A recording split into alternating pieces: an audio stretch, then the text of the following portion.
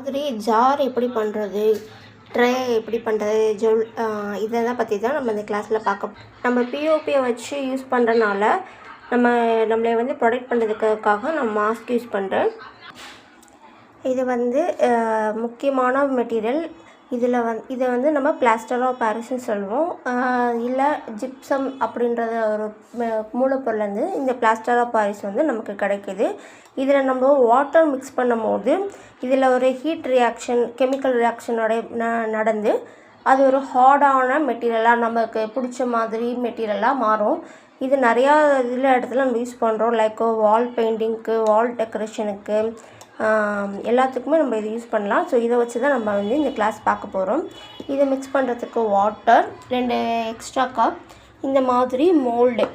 உங்களுக்கு நான் செய்யும் போது இந்த மோல்டு ஒவ்வொன்றும் சொல்கிறேன். அடுத்து இந்த சாண்டு பேப்பர் தேவை. இது அதுக்கடுத்து இந்த பியாண்ட் மிக்ஸ், இந்த பிராண்டிலேருந்து தான் நான் நிறைய கலர்ஸ் வாங்கியிருக்கேன். இந்த கலர்ஸ் வச்சு தான் நம்ம வந்து கலர் எப்படி கொடுக்கறது, எப்படி மார்பிள் எஃபெக்ட் பண்ணுறது எல்லாமே நான் உங்களுக்கு சொல்லித்தர போகிறேன்.